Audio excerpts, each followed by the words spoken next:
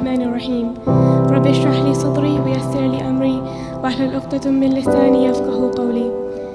Respected scholars, my elders, brothers and sisters, Assalamu alaikum wa rahmatullahi wa barakatuh. Firstly, I would like to take this opportunity to give you all my deepest condolences as we commemorate the martyrdom of Abu Abdullah al-Hussain alayhi salam. As we say in Ziyarat Ashura, this tragedy is indeed unbearable for us, and it is even unbearable for the dwellers of the heavens. As we have gathered here to remember our Master Hussain alayhi salam in the light of the Holy Prophet Muhammad sallallahu alayhi wasallam, I thought it only befitting to reflect upon what he himself has said about the martyrdom of Imam Hussain. It is narrated from our sixth Imam that the Holy Prophet said, "Inna liqatl al-Hussain hararatan fi qulub al-mu'minin la tabrudu abada." The martyrdom of Hussain alayhi salam will generate such a fire in the hearts of believers which will never be extinguished. I know we have all heard this narration several times, but how much thought have we really given to these powerful words of our beloved Prophet? Harara, a heat or a fire. Why has the Holy Prophet chosen to use this beautiful metaphor? What is it about a fire that entrances and mesmerizes the observer? In this short talk, I will inshallah share with you a few of the qualities of fire that might help better our understanding as to how a fire relates to the martyrdom of Imam Hussain alayhi salam. Is the PowerPoint available? Yeah. So, the properties of fire. The first property that I would like to talk about is that it is a source of light. For centuries before electricity, it was the lantern or the torch that lit people's houses and guided travelers through the dark nights. Imagine just for a moment a world without light.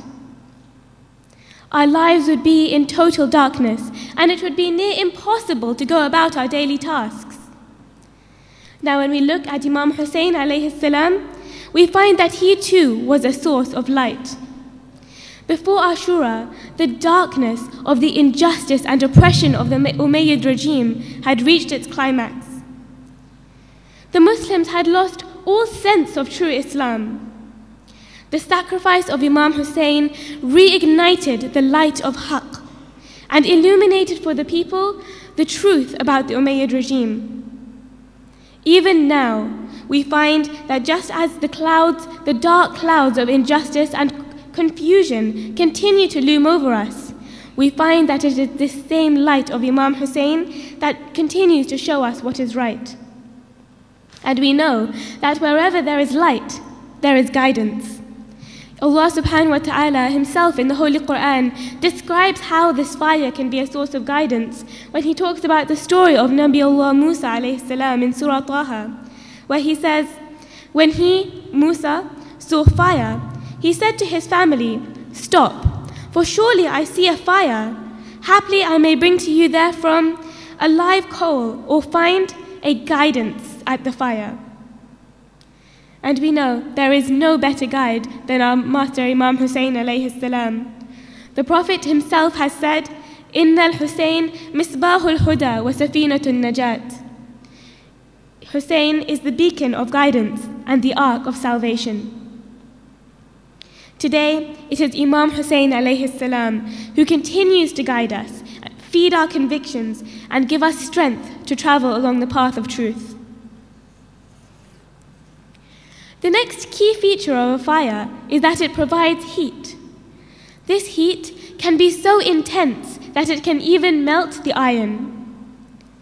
Now, when we think back to Imam, we find the same intensity of heat in his message, to the extent that it could melt the ice-cold hearts, the hearts that had been so hardened as a result of sin and disobedience to Allah subhanahu wa ta'ala, the hearts of which you would think there would be no salvation. Yet, it only takes us to look at the incidents of the day of Ashura. Is there any better example than the example of Hurr al-Riyahi? This was the very man who diverted Imam from his path, the man who denied Imam water, and yet his heart is captivated by the warmth of Hussein, the love of Hussein, the truth of Hussein, the fire of Hussein. Another less obvious feature of fire is that it can be a source of comfort, especially when you sit by a fireplace after coming in from the cold. Now, how does this relate to the fire of Imam Hussein? Indeed, the tragedy of Abu Abdullah is the greatest source of grief, but at the same time, it is also a source of comfort. Whenever you are experiencing any difficulties in any aspect of your life, just think of Imam Hussain alayhi salam. If he could bear the loss of his near and dear ones, no water for 3 days, the parading of his womenfolk, and me, I call myself a Husseini, and yet I can't even bear this little suffering. When we view our troubles in light of Karbala, it really helps to put our suffering into perspective. We seek strength from the strength of Hussein. We seek courage from the courage of Abbas. We seek patience from the patience of Lady Zainab. And this is the ultimate comfort. So what else comes to mind when we think about a fire? One feature that is evident from what we see regularly in the news is the destructive nature of fire.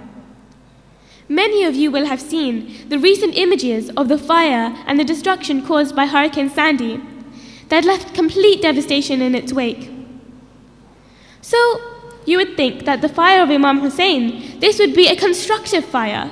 How can we talk about it being destructive? The truth is that if the fire of Imam Hussain has truly taken hold of our hearts, it will obliterate all of the other loves it finds there. The love of this world, the love of wealth, the love of power, all of these are obliterated and removed by the love of Imam Hussain. And as we know, the love of Imam Hussain is only a reflection of our love of Allah subhanahu wa ta'ala. Every legitimate love that we have in this life should be in line with this one true love. The final quality I would like to discuss with you today is perhaps the most beautiful. When we observe a flame, we find that it is always moving. It is never still. It is dynamic. If we claim to carry this flame of Imam Hussain in our hearts, we too should be dynamic. We should not let ourselves stagnate. The Holy Prophet has himself said, "He whose 2 days are equal is a loser." We need to keep moving forward. There are many ways in that we can do this, many ways in which we can move forward in the way of Abu Abdullah. One amazing way to do this is to be involved in initiatives such as the one we are in today. Projects that reignite our hearts and the hearts of others with the love of Abu Abdullah. Whatever it is you can do, whether it is organizing conferences, holding discussions, sharing Islam with your peers, your colleagues, seeking knowledge, or even trying to refine yourself and make yourself a better Muslim. Let the message of Hussein push you forwards and make you constantly active. So, we have spoken about each of these 5 qualities. Let us now all assess ourselves as to whether these exist within us and whether we truly possess this flame of Abu Abdullah al-Hussein. If so, it is our job to kindle this fire wherever we go, in the people around us. Light as many hearts as you can with this fire. Let it spread uncontrollably. No matter how many you set alight, the flame will never diminish, will never decrease, and will never, ever be put out. I seek your forgiveness for any shortcomings in this brief talk, and I will inshallah end with a short dua. O Allah, please help us to keep the fire of Imam Hussain burning in our hearts, and help us to be worthy of being called Hussaini, so that when our living Imam Ajjallahu Ta'ala Farja returns to us, we will be by his side, avenging the tragedy of Karbala. Wassalamu alaikum wa rahmatullahi wa barakatuh.